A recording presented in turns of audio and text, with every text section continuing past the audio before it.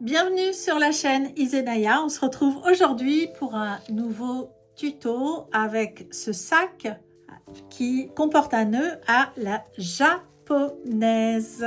Voilà, donc on va réaliser aujourd'hui ce sac en pas à pas. N'oubliez pas de vous abonner, de m'écrire des commentaires, c'est très important de me dire ce que vous pensez de ces tutos, si ça vous aide à créer de nouvelles pièces. Et regardez ce sac, en fait on peut mettre plein de choses, hein. Je vous mets en description les dimensions, mais voilà, ça se porte comme ça. Il est juste magnifique. Pour le matériel, on va avoir besoin de ce qu'on appelle un fil nautique. Il est en polyester, celui-ci fait 3 mm d'épaisseur, donc je vais utiliser un crochet de 4 mm. On aura également besoin de paires de ciseaux, de marqueurs et également d'un briquet pour brûler les bouts du fil.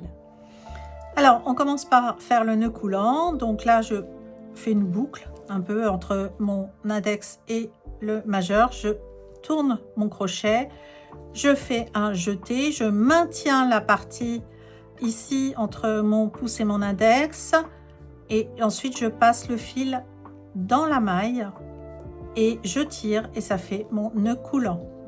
Maintenant je vais faire 49 mailles en l'air. L'objectif est d'avoir une longueur de 34 cm. 1, 2, 3, 4, 5, 6, 7,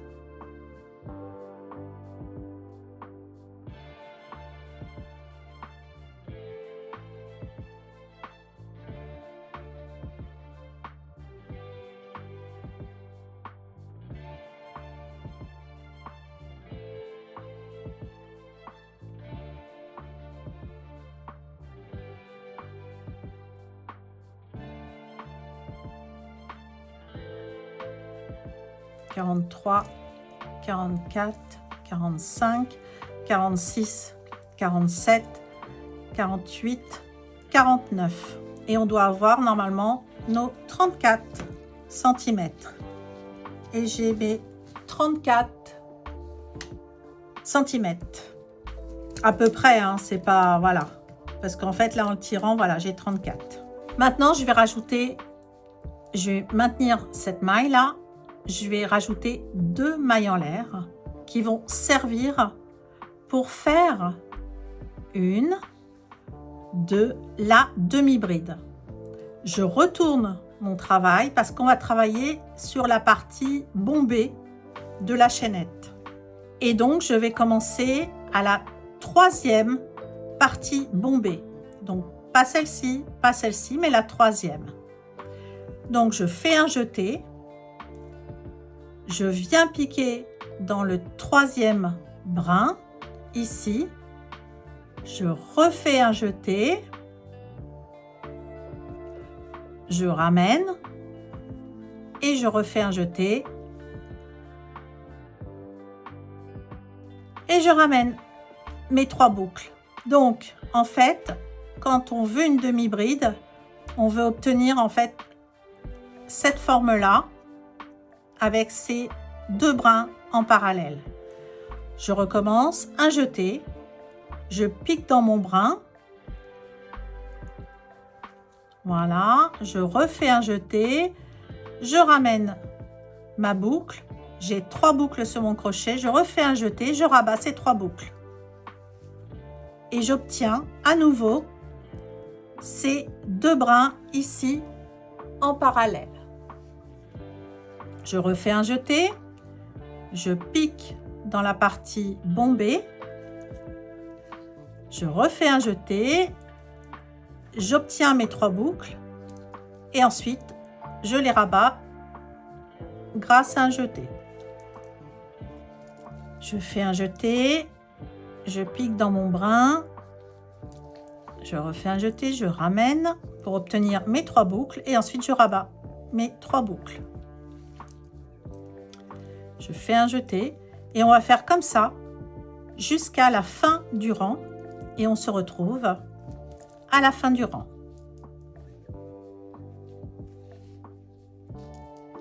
J'arrive bientôt à la fin de mon rang.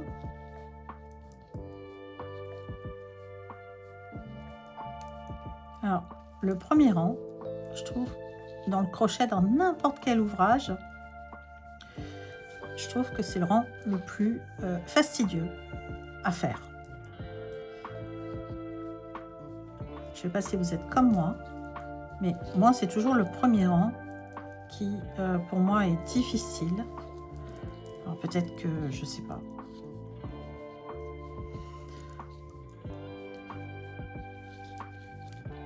Mais que je fasse n'importe quoi, un pull, un sac ou autre, le premier rang, je le recommence souvent plein de fois. Dites-moi en commentaire si vous êtes comme moi. Alors, il ne me reste plus que 2 mailles. Voilà, pour arriver à la fin du rang.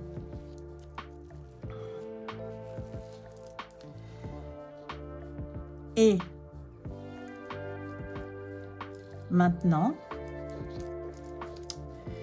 c'est pour ça que le zoom est important. C'est qu'en fait, normalement, on ne travaille pas cette dernière maille-là. Mais là, on va la travailler et on va travailler en piquant dans ce fil.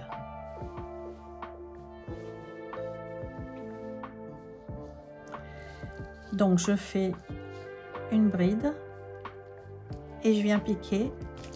Oups, alors là, il faut peut-être défaire un peu, voilà, pour faire la partie bombée. Tricher un petit peu. Voilà, je ramène et ensuite je rabats. Voilà.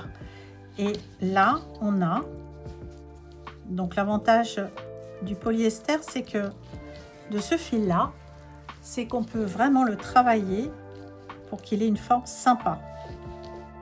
Voilà, si c'est pas régulier, vous inquiétez pas, c'est normal. Là, ça manque un peu de hauteur, mais c'est pas grave, on le verra pas ensuite. On le verra pas sur les rangs suivants. Donc là, on a fini le premier rang. Maintenant, je vais faire 2 mailles en l'air. 1, 2, et seulement après ces 2 mailles en l'air, je retourne mon travail. Et maintenant, je fais un jeté et je vais piquer dans le brin extérieur. Voilà, je ramène pour obtenir mes 3 boucles et je fais ma demi-bride. Et le fait de piquer dans le brin extérieur, ça va donner l'effet torsadé et l'effet relief que l'on veut donner à ce sac. Je reprends, je fais un jeté, je pique dans le brin, je ramène, j'ai mes 3 boucles, je les rabats. Je fais un jeté, voilà. Et vous voyez, le deuxième rang est beaucoup plus facile à faire. Parce que le travail, l'ouvrage est déjà, en fait, en partie, il a sa forme. Donc, c'est beaucoup plus facile à travailler. Et on se retrouve à la fin du rang. Voilà. Et il me reste encore une maille qu'il ne faut pas oublier. C'est celle-ci. Donc, celle-là, il faut bien évidemment la faire également. Toujours avec le brin extérieur. Et voilà. Et là, comme ça, on va avoir des bords, en fait, des bords droits. Ce qu'on veut, c'est vraiment avoir des bords droits. Et là, c'est ce qu'on va avoir ici. Voilà. Et maintenant, je peux faire une maille en l'air, puis 2 mailles en l'air. Et là, tourner mon travail, reprendre les demi-brides avec le brin extérieur Voilà. Donc, on est en train de commencer notre 3e rang.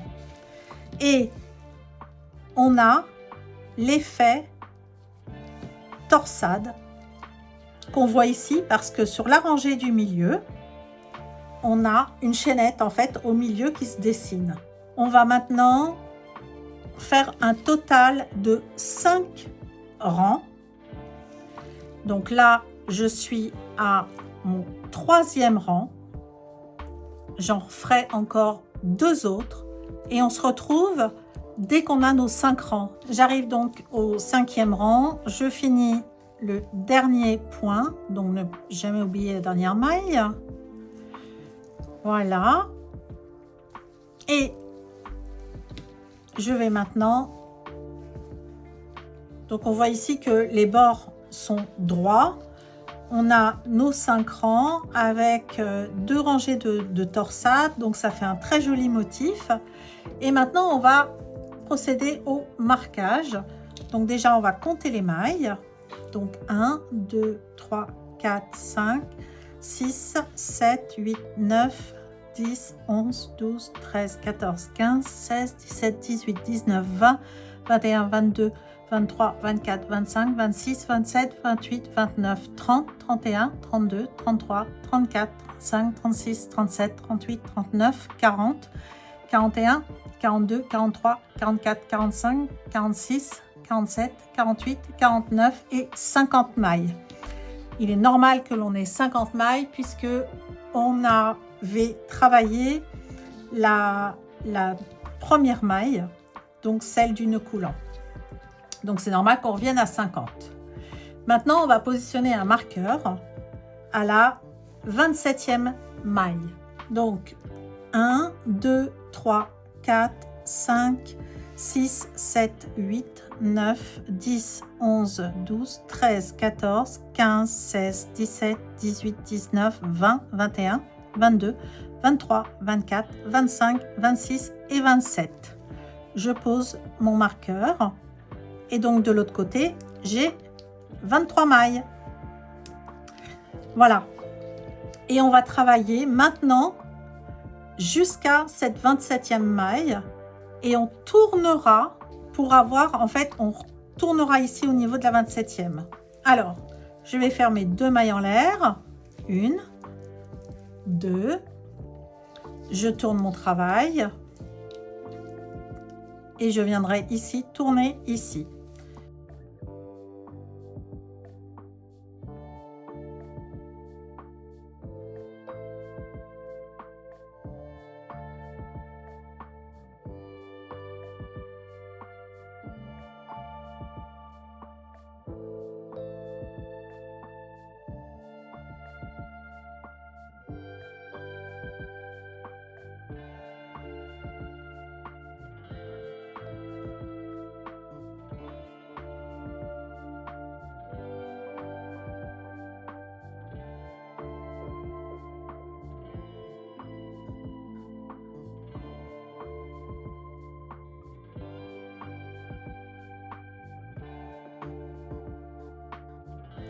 Donc là, j'arrive quasiment à mon marqueur, plus qu'une maille.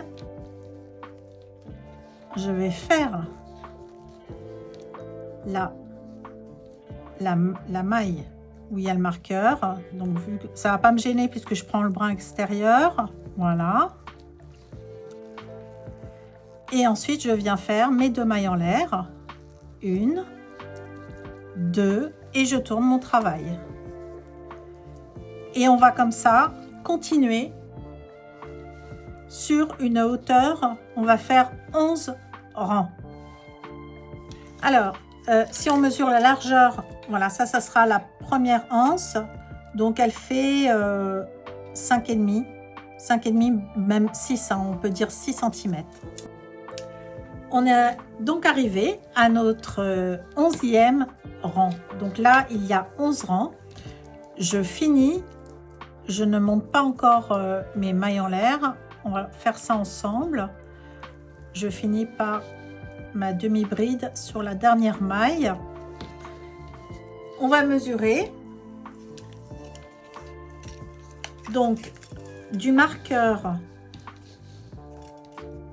Voilà, en mesurant ici, voilà, on arrive à 12 cm à peu près de large. Maintenant, on va monter 11 mailles en l'air. Ici, 1, 2, 3, 4, 5, 6, 7, 8, 9, 10 et 11. Et on va en rajouter 2 pour faire notre demi-bride que l'on va également faire dans les brins arrière de la chaînette. Donc ici, j'en rajoute 2. 1, 2. Donc là, je fais ma demi-bride. Donc avec mes 2 chaînettes, donc ça va être sur le 3e brin.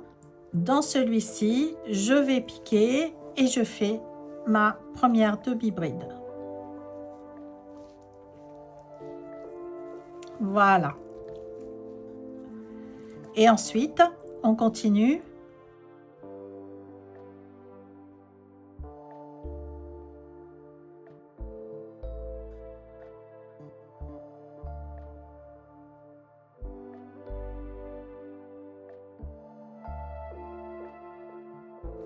Alors, le mieux, c'est de mettre un marqueur.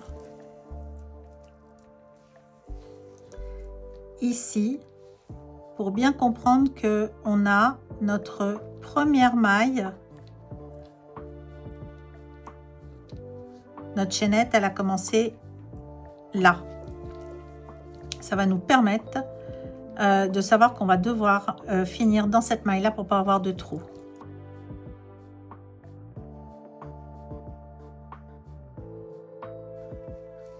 Donc, je prépare un petit peu, voilà. J'agrandis un petit peu le brin.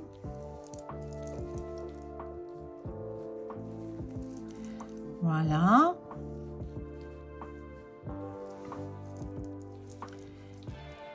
Et maintenant, on va pouvoir continuer comme ça. Donc là, on s'arrange maintenant pour piquer dans le brin externe. Je vais le retirer parce qu'il me gêne. On va piquer dans ce brin-là.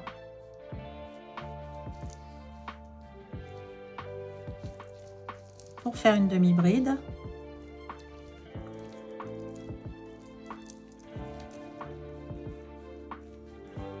Voilà. Et ensuite, on continue. On vient piquer dans ce brin-là. Hop, on jeter. Voilà. Et je continue comme ça jusqu'à la fin de mon rang.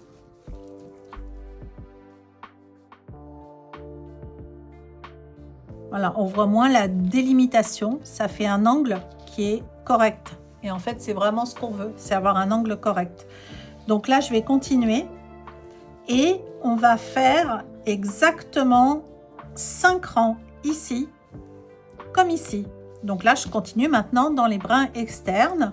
Je finirai avec mes 2 mailles en l'air. Je tourne et je continue et je fais 5 rangs. Et on se retrouve au bout des 5 rangs. Maintenant, on a fini donc cette partie-là. J'ai fini mon 5e rang. Il faut vérifier que ça soit de la même taille. Donc là, j'ai 6 cm et là, j'en ai 6. Donc, c'est correct. Ici, il doit y avoir, voilà, il y a 11 cm entre les 2 anses. Et on va maintenant réaliser exactement la même pièce que celle-ci, puisque ce sac se fait en 2 parties. Donc, on va couper le fil. J'en laisse suffisamment long. Je tire mon fil. Voilà. Et je mets en attente le temps de réaliser cette seconde partie. Alors, ça y est, j'ai mes deux parties, donc qui sont identiques. Maintenant, on va couper les fils et on va assembler tout. Alors, sur le premier, j'avais déjà coupé le fil. Donc, le mieux, c'est... Voilà, moi j'aime bien ces aiguilles-là en plastique, là, ces aiguilles de tapissier.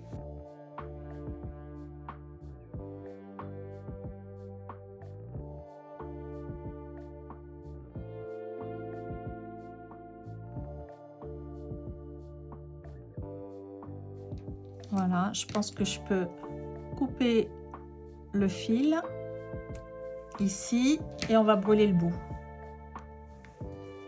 Voilà, hop, juste un petit coup de flamme dessus, voilà, histoire que le fil ne s'effiloche pas. Et on va commencer à coudre. Alors déjà, on va mettre un marqueur sur les angles. Pareil là.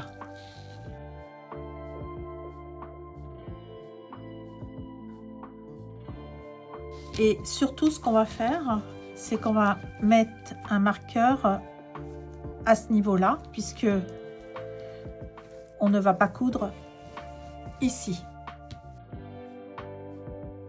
Voilà. Et pareil ici. Donc, à peu près ici. Après, je vous invite à vérifier avec le nombre de mailles pour qu'on se soit correct. Et on va commencer la couture. Alors, moi, personnellement, je vais brûler le bout du fil pour pas qu'il s'effiloche. Voilà. Et on va coudre brin extérieur dans les brins extérieurs de la chaînette d'en face.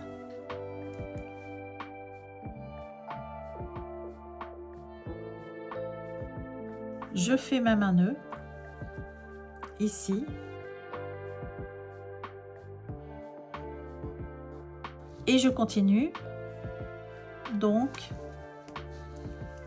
les brins extérieurs de la chaînette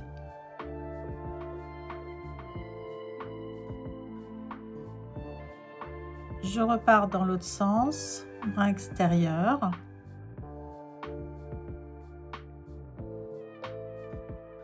Voilà, je serre bien.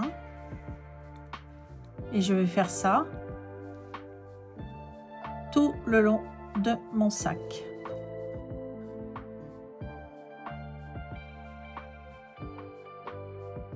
Et on se retrouve à l'angle. Alors, là, on va arriver à l'angle. On continue jusqu'au bout. Et quand on va tourner, donc là, on va... Là, c'est un peu plus difficile parce qu'il n'y a plus de mailles chaînettes. Donc déjà, on va essayer de faire en sorte que l'angle soit bien pris ici également. Voilà, faire une maille comme ça. Voilà. Et ensuite, on va travailler comme ça.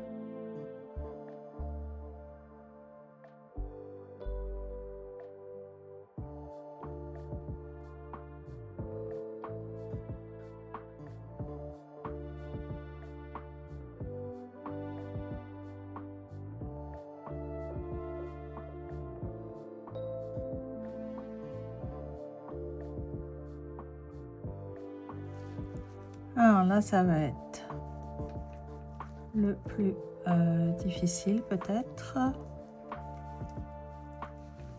Pour que ça passe. Ouais, ça passe.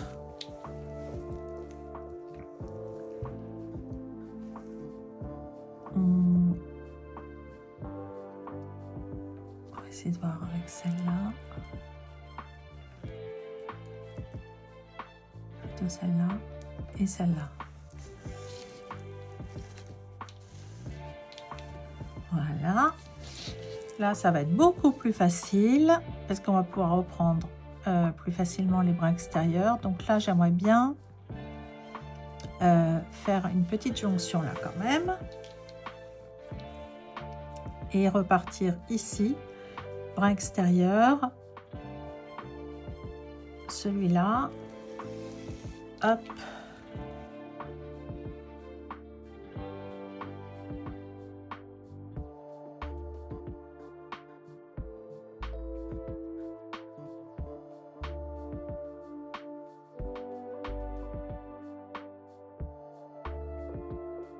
Donc là, je viens de retirer mon marqueur. Je vais faire un nœud, tout simplement. Hop, je vais repasser là. Et je vais faire un nœud. Voilà. On rentrera éventuellement le fil après. Je vais couper, brûler le bout.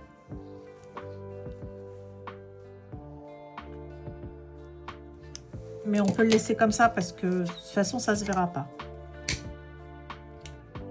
Voilà. Ok, maintenant, on va s'attaquer aux anses. Alors, là, on va donc coudre que cette partie-là, évidemment, puisque ça, on a besoin de cette aisance. Je vais faire toujours brin extérieur. Voilà, je vais essayer de commencer ici. Hop. Je vais faire un nœud. Et je peux même refaire à côté. Voilà.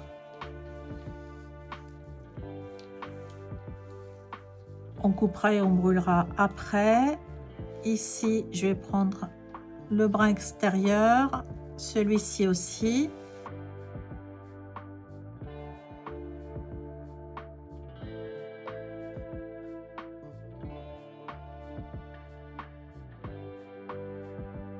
Faut quand même que j'ai... On va essayer de faire comme ça. Voilà.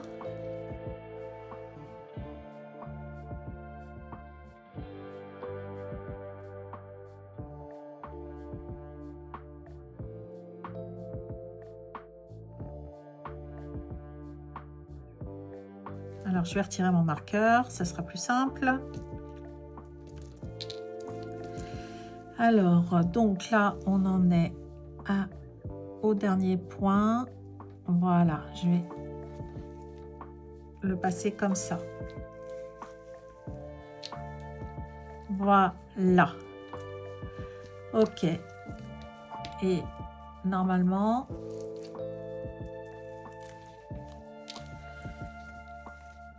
c'est correct.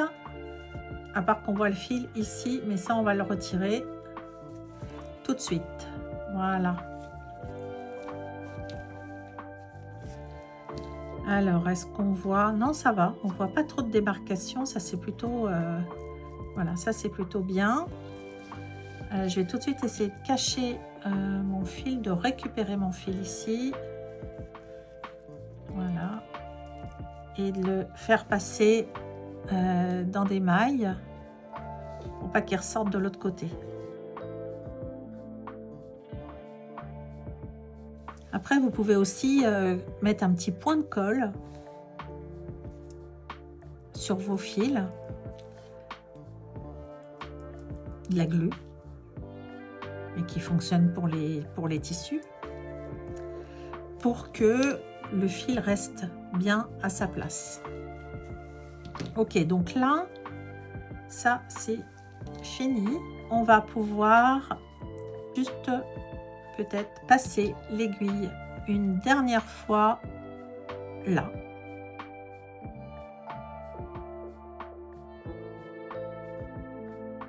Pareil, on va passer le fil le long des mailles pour le cacher.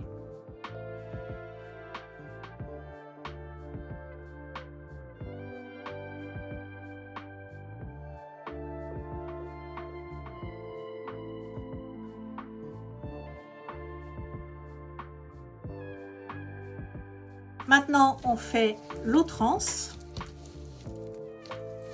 Je peux retirer le marqueur ici. Voilà. Et on s'attaque à la dernière partie.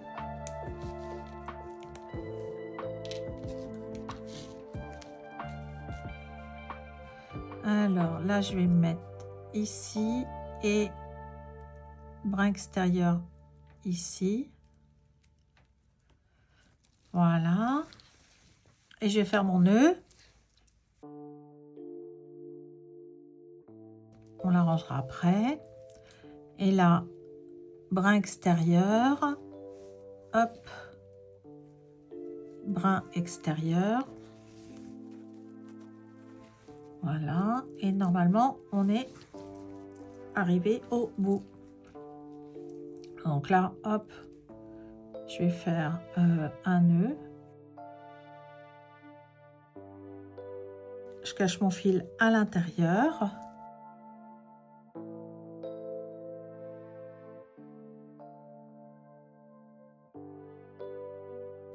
Voilà. Je vais couper le fil.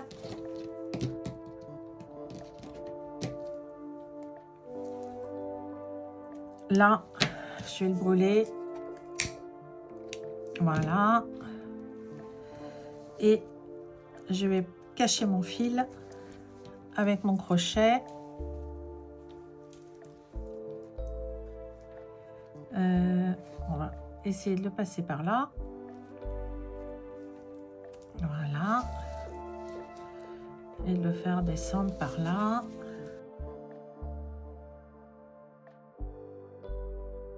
Donc maintenant, eh bien, maintenant que le sac est fini, on va le retourner. Parce qu'on a travaillé les coutures sur l'envers.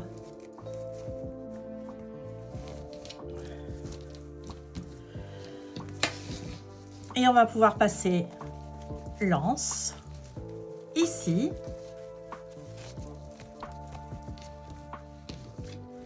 Et on a la forme que l'on voulait de notre sac. Ce sac est maintenant terminé. Je te remercie d'avoir été au bout de cette vidéo. J'espère que tu as toi aussi réalisé le sac Sakura. Laisse-moi ton avis en commentaire. C'est très important de me laisser un like, un commentaire pour que je puisse avoir du soutien sur cette chaîne et que j'ai envie de continuer à faire des vidéos. Et surtout, si tu as envie d'avoir des modèles de sacs, n'hésite pas à me les indiquer en commentaire. À très bientôt. Ciao.